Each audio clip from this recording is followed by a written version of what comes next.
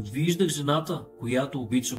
Същата усмивка, същите очи, но сякаш не беше тя. Нещо вътре в нея се беше променило. Тя не можеше да спи. Събуждаше се посред нощ. Казваше, че е горещо, после студено. А през деня всичко я дразнеше. Мислеше, че просто устарява, но това не беше от възрастта й. Това беше хормонален хаос. И тогава разбрах нещо просто. Тя не се променяше. Тялото й се бореше. Хормоните й излязоха от ритъм.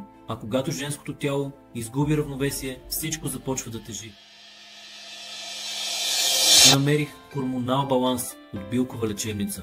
Прочетох за него формула, създадена от други жени, с черна кокощ, масло от вечерна иглика, берберин и магнезий.